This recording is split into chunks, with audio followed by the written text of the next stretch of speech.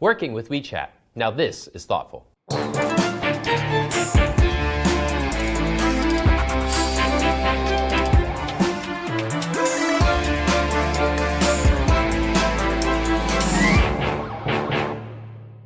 Hello, I'm Trevor Lai in Shanghai. China's social media industry has been buzzing about WeChat since it launched over 2 years ago. WeChat started as a mobile instant messaging app, but has evolved into a hit social networking app to rival Sina Weibo with 300 million users and counting. While consumers are clearly crazy about WeChat, most marketers in China are still trying to figure it out. This week on Thoughtful China, 3 experts will give advertisers the facts about China's latest social media craze, how consumers use it, how it compares to other social media platforms, what marketers have to gain from using WeChat, and what mistakes they can avoid. And one of our regular guests, CIC's Sam Fleming, will have a thought or two about the Weibo versus WeChat debate. But first, with us is Chris Tung, CEO of IM 2.0, Eugene Chu, Director of Digital Strategy at JWT China, and Spencer Hung, Nielsen's Head of Online Service in China. Chris and Spencer, welcome to Thoughtful China. Eugene, nice to have you back. Good to be back. Let's start with you, since you've been a regular guest on our show before. WeChat right now is one of the hottest topics in China.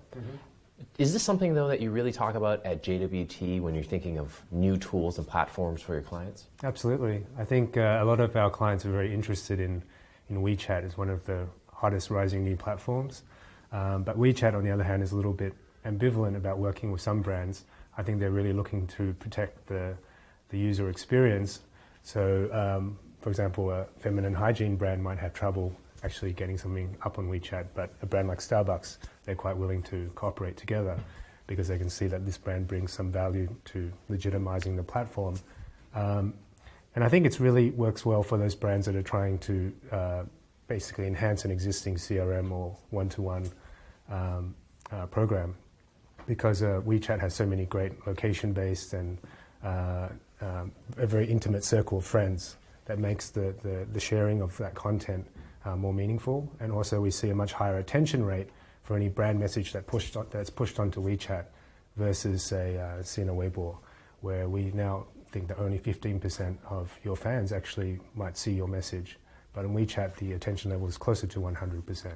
I just want to touch on that last point a little bit, because a lot have been made about Weibo versus WeChat. And as much as we hear from guests on the show talking about both of them being complementary services, I think there is only a limited amount of time that a user can have in front of their screens. And so, my feeling is that there is cannibalization happening here, and where you have Weibo's newsfeed now being filled with hundreds, thousands of messages constantly, and a lot of commercial spam and things like that. Do you believe that this is one of the reasons that their service has slowed down and WeChat has picked up? I think one of the key focus area that the two are fighting for right now is really the social part, social connection. So Weibo is trying to evolve from a medium to a relationship-based communication tool, whereas WeChat is born as a communication tool, and they have been adding the friend circle function, which is working very well. That's something that people check in to Weixin every day as a key reason to really check out what's going on with my friends, like we did with Facebook or Renren and so on. So I think they're fighting for that high ground as far as social relationship is concerned. Trying to be the Facebook on mobile, which is apparently something very big in China. So, but is that the right strategy for Weibo? Because in another sense, they started off having an advantage, which was being sort of an alternate media platform and allowing news to be transferred in a social way, but with a large audience. And now it sounds like they're also now trying to get into what is WeChat's inherent strength, since WeChat, as you mentioned, was born as a mobile communication device. So from your standpoint, do you think that this is the right strategy to be kind of stepping into someone else's battleground? For Weibo to step in to WeChat? Yeah. I think from our observation, we think Sina Weibo has started with the right strategy. They use celebrity to attract those big base of users to join in this Weibo platform. And then they view themselves as a media. That's right. in the media, you need someone to speak for you, to help you communicate or spread out your message. That's good. The message or the communication part is just the side effect. It's a side effect for the users. However, for WeChat, the communication purpose is the primary purpose. So, and the two usages are with different purposes. If for me, I want to use Sina Weibo, I want to have the media nature for me to get information. However, for WeChat, when I want to use it, I want to use it to communicate with my close friends. So it's different. Yeah, I think you've touched on a very important point, which is whenever new services are trying to establish ground, is to have a really strong focus. Yeah. You know, when Google first came out, they really focused on their search, and that was the primary tool. And only after many, many years did they start to expand their services beyond this. It just feels like now already the grounds are starting to get a little bit murky, which could be dangerous. And going back to what Eugene's point was in the beginning, as WeChat starts to explore marketing and branding communications opportunities, there is the risk that it's going to start to turn off some of its users. Do you feel in some of the client trials or some of the client projects that have been done so far that you're already feeling that from users? I think that WeChat is developing at an extremely fast rate. They just announced they're going to have mobile wallet and mobile commerce features, as well as gaming platform. So it's already expanding beyond a simple messaging app. And I think for clients, we're still trying to help our clients to catch up and understand what WeChat can do for them. But I think one of the key barriers to that at the moment is really that WeChat doesn't provide a lot of support to marketers trying to get on the platform. In fact, they say they have a very long queue of brands that want to work with them, and it's not really about money, it's about what you could bring to their platform that would enhance the user experience. Well, I mean, you've partly answered the question, but I think it's worthwhile going back and looking for perhaps over the past few years. You've had messaging been around for a long time. You've got everything from BBM through to WhatsApp, and then Line and Kakao, obviously, in terms of Asian competitors. Why has WeChat exploded? I think the ability to send audio or voice messages was a huge advantage. When it first came out, before Moments was launched, everyone was excited about this walkie-talkie aspect to it. I think because typing Chinese characters is even more of a hassle than typing an English message. Yes. So the voice message, and then being able to open a group chat with your closest friends and just having a conversation no matter where you guys are, that made it instantly a very viral and social application. And the other point is really a leverage of Tencent's user base, because as a communication tool, the first thing you want to ask yourself when you want to use it is really, can I find my friends easily? If my friends are not using it, it's hard to connect. Right. So Tencent is something that people can jump on easily with their QQ number and with their telephone book. So they made it easy to connect. So of course, it's easy to scale up when the friends recommend to friends. So. Can we get some specific examples of clients and brands that are using WeChat today? And I mean, talk about successes and learnings, but really give us some concrete examples of brands that are already using WeChat. Mm-hmm. So we helped Starbucks become one of the first brands to use WeChat. I think it was back in autumn of last year. And at that time, we thought WeChat was a very exciting platform because it was in the very steep part of its takeoff. And at the same time, it had this ability to deliver audio, which we thought was very interesting for a brand like Starbucks, because when you buy their new drink, which was called Refresher, we thought we can deliver some emotional refreshment to you by giving you a song with your cup of coffee. So we put a QR code on every cup of Refresher. When you buy the thing, you can scan it, and it will say, welcome to Starbucks Weixin account. How are you feeling today? Send us an emoticon. So you send an emoticon. If you send a happy face or a sad face or angry face, you'll get a different song based on your emotion.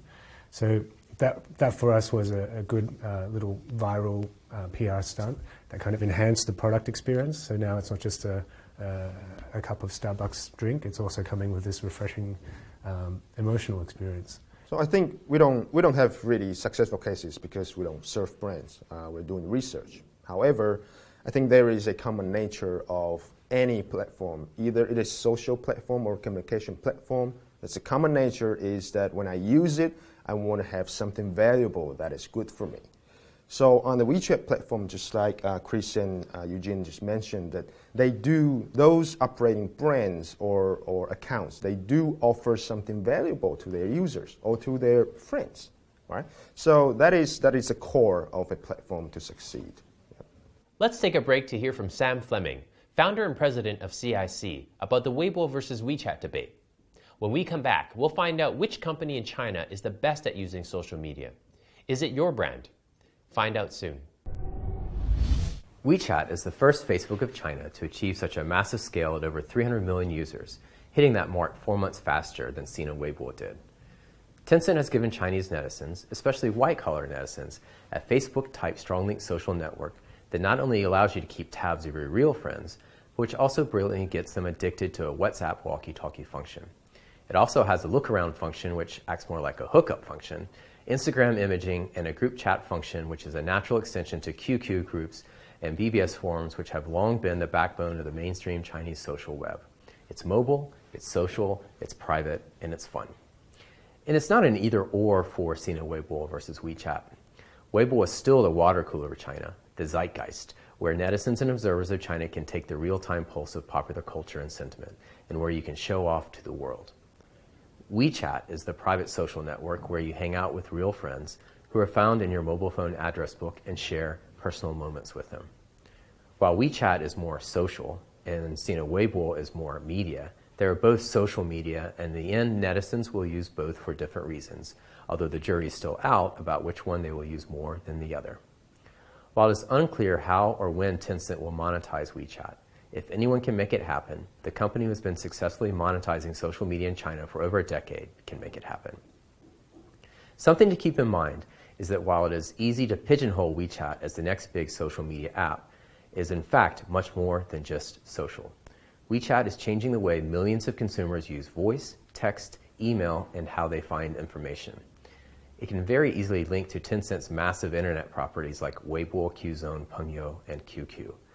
As a mobile app, its ability to provide online to offline functionality is not being lost on retailers, which can now enable them to join a loyalty club with simple scan of a QR code and eventually allow payment right from Tencent's payment system. Are the credit card companies paying attention? WeChat is certainly the new social media powerhouse on the block, but what's really exciting is WeChat's potential to change not only how consumers communicate and socialize, but ultimately how they can do business with companies.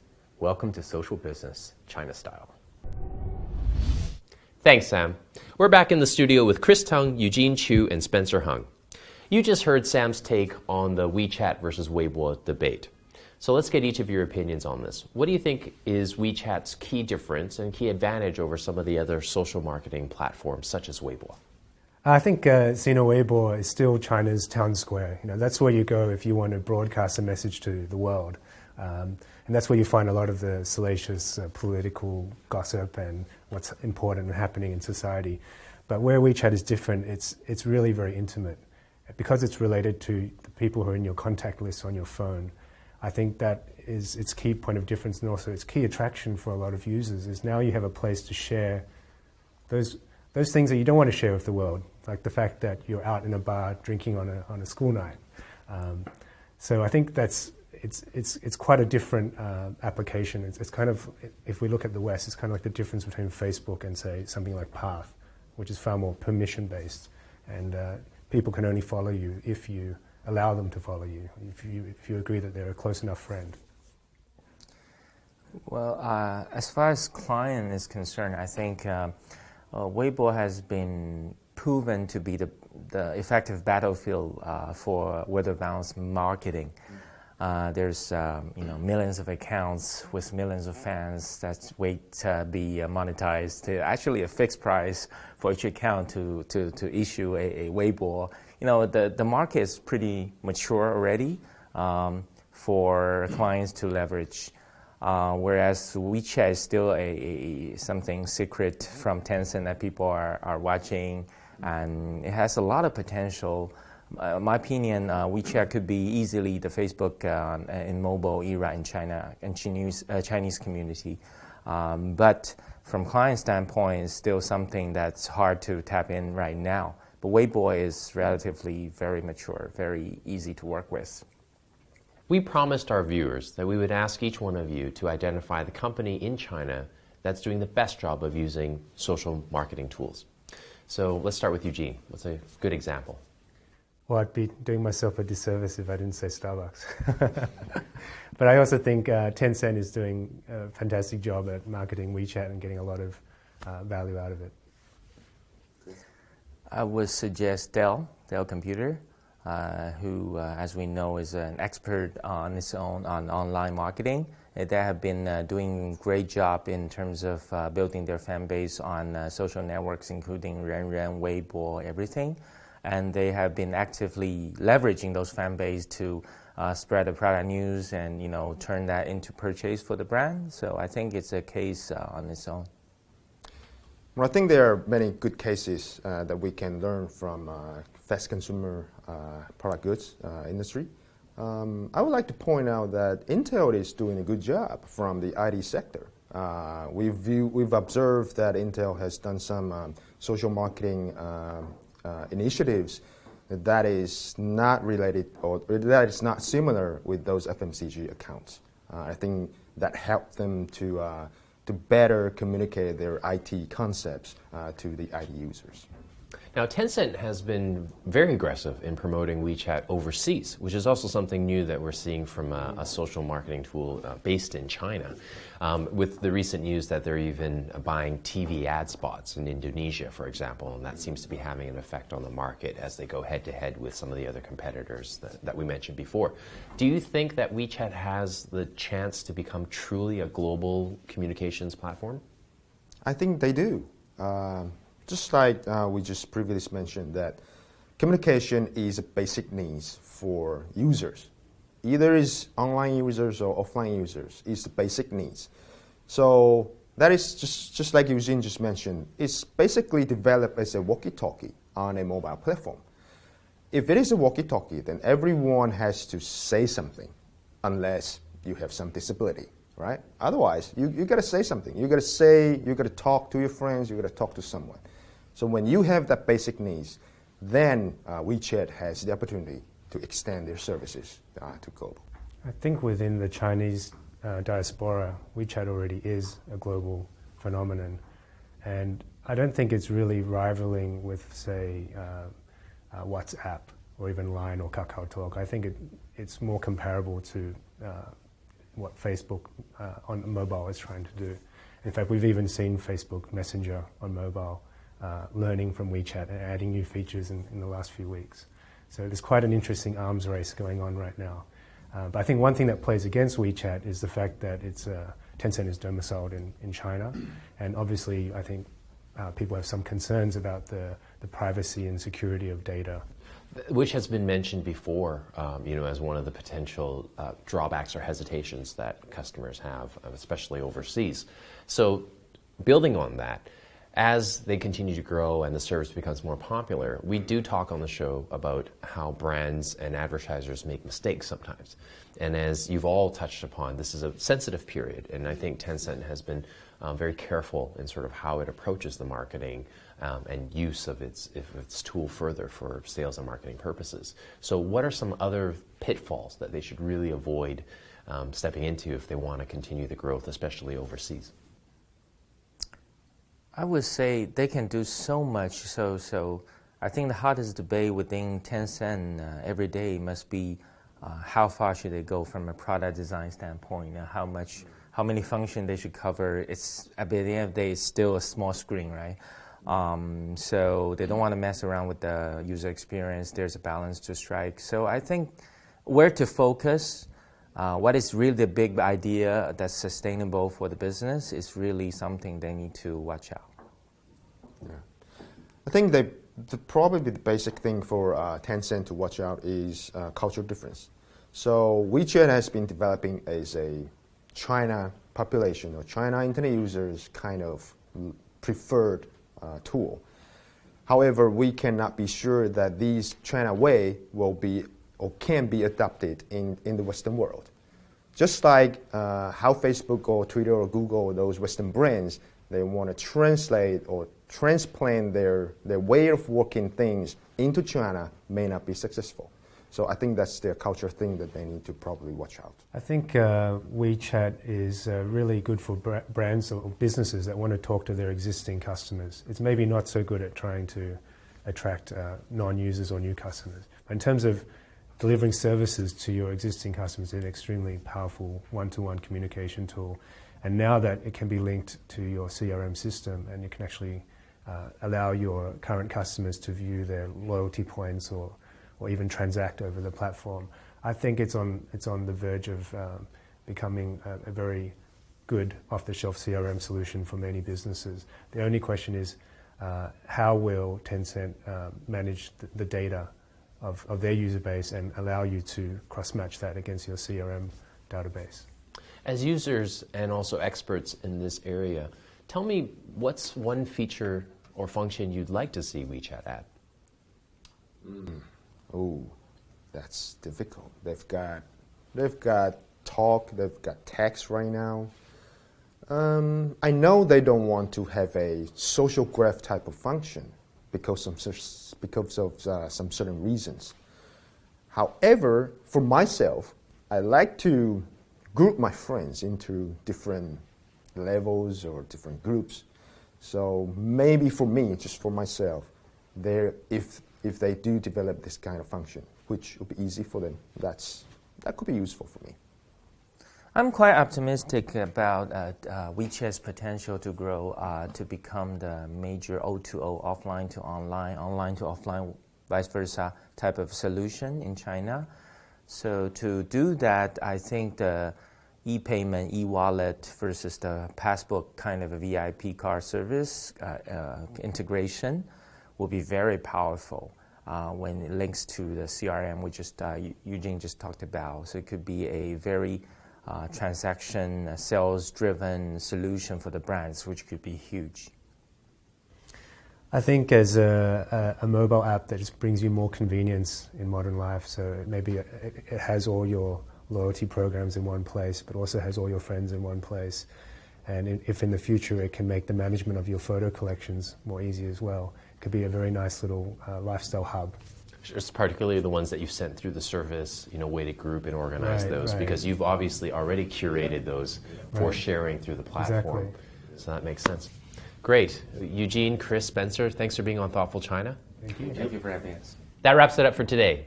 Be sure to subscribe to us on Tudo and YouTube. You can also follow us on Weibo and Twitter and join our LinkedIn group. See you again.